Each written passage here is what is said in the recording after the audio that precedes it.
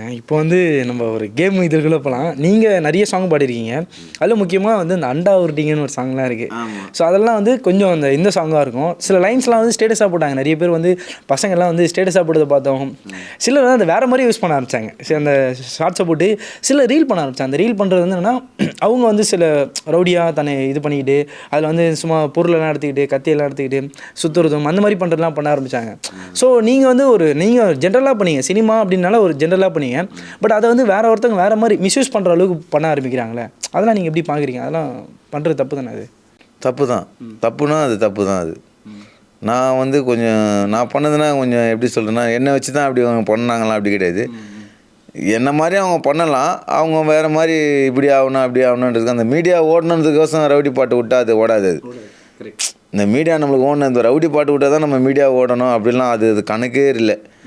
மக்களுக்கு அந்த டைமில் அந்த ஜென்ரேஷன் கேப்பில் எது ரீச் ஆகுதோ அதுதான். அப்போ இருந்த பேண்ட்டு ஷர்ட்டு பெல்ட்ஸு தான் இப்போ போட்டுனுக்குறாங்க. அப்போ அதை சட்டை பண்ண மாட்டாங்கன்னா தொல்தொல்னு இருக்குது, இப்படி இருக்குது அப்படி இருக்குதுன்னு இப்போ அதுதான் ஃபேஷனாக போட்டுன்னு இருக்கிறாங்க. ஓல்டு இஸ் கோல்டுன்றது இப்போ தெரியுது எல்லாருக்கும். ஆமாம், இதுதான் நடக்குது. அந்த மாதிரி நான் எதிர்பார்க்கறதில்ல.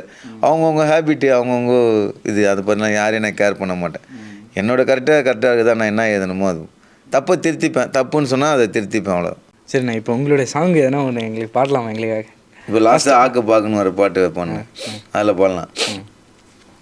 ஆக்கு பாக்கு வெத்தலை பாக்கு சோக்கு சோக்கு மஜா சோக்கு சில்லாய் மல்லாயி அவன் கம்மாயில் கை தீனு விட்டா தின்னுக்கு எம்மா புள்ளிய போட்டு தொல்லை கட்டுமா மேலே சாயவா உன்னை பிரிச்சு மேயவா மழை மழை மைதான் மாவு கலரு அவன் எப்பவுமே ஃப்ரெஷ்ஷாக இருக்கும் ஃப்ளவரு நீ தாண்டி எனக்கு ஏத்த மைமா ஐயா மிட்டாவா நீ இருக்கு ரெடி தரமா ஆக்கு பாக்கு வெத்தலை பாக்கு சை ஆசை அப்படின்ட்டு நான் டான்ஸ் ஆடும்போது இது வந்து ஆடியன்ஸு கொஞ்சம் பெர்ஃபெக்டாக பார்ப்பாங்க.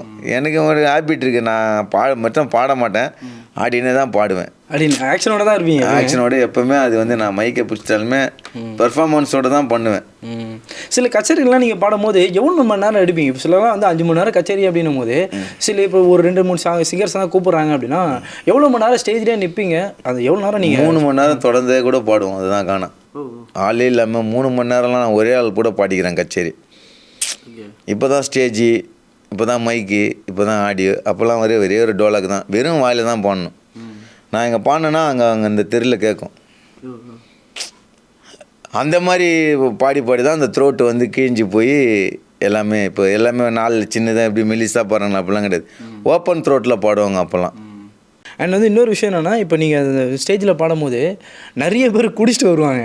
ஸ்டேஜில் நீங்கள் பாருங்க, கல்யாண மேடைகள்லையோ இல்லை கச்சேரி மேடைகள்லையோ நம்ம சம்பவங்கள் எதுவும் நடந்திருக்கு. அசிங்கமாக திட்டுவாங்க அப்படின்னு ஏதோ வச்சு பேசுவாங்க. அது சொல்லக்கூடாது. இந்த மாதிரி என்னடா இப்படி பாடுற அப்படின்வாங்க. அதை பாட்டு பாடு, நான் என்ன இப்படி பாட்டு பாடு, யாரோ ஒருத்தர் இன்னொரு பாட்டு பாடுறாங்க, இவரை பற்றி தண்ணி பாடு, அவரை பற்றி நிறைய பிரச்சனைலாம் இருக்குது.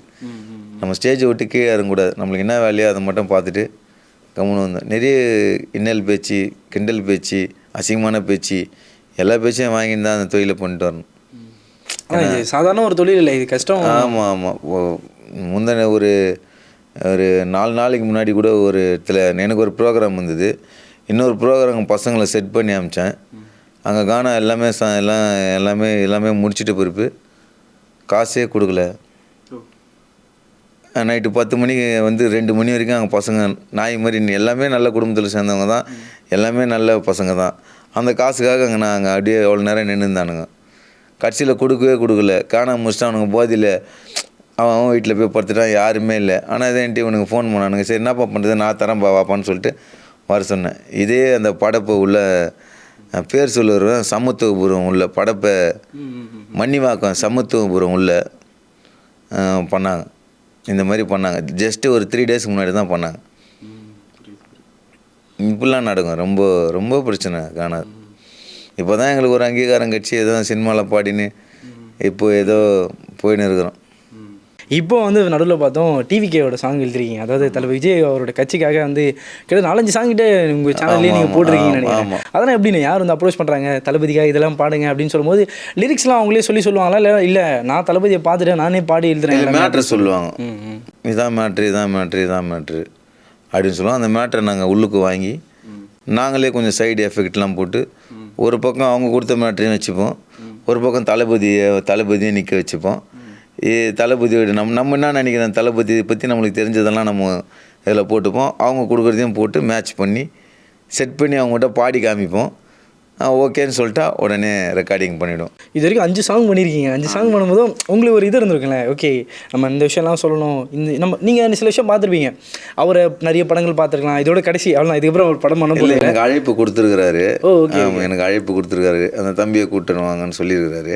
Super super. இந்த அடுத்த வாரத்தில் நான் அவரை போய் பார்க்குறேன். புஷி ஆனந்த் மூலியமா. ஆமாம், இது யார் நம்ம பாடின்னு இருக்கிறது அப்படின்ற மாதிரி கேட்டு கண்டிப்பாக அந்த தம்பியை நான் பார்க்கணுன்னு சொல்லியிருக்கிறாரு. ஏன் போய் சொல்லணும், உண்மையாக தான் சொல்கிறேன். இன்னும் ஒரு 2 வாரத்தில் தளபதியை நான் சந்திப்பேன் போயிட்டு. அப்போது சந்திச்சுட்டு அதுக்கப்புறம் டிவியில் இல்லைன்னு அப்படிலாம் கிடையாது. என்னை வந்து அவர் பார்க்கணுன்ற எனக்கு என்னோடய பாட்டுக்காக அவர் பாடுறேன்னு நினைக்கிறாரு. சரி, அதை தான் போய் பார்ப்பேன். அது டிவிகள் என்ன இருந்தேன் அதெல்லாம் அது அப்பாற்பட்ட ஒரு நிகழ்வு.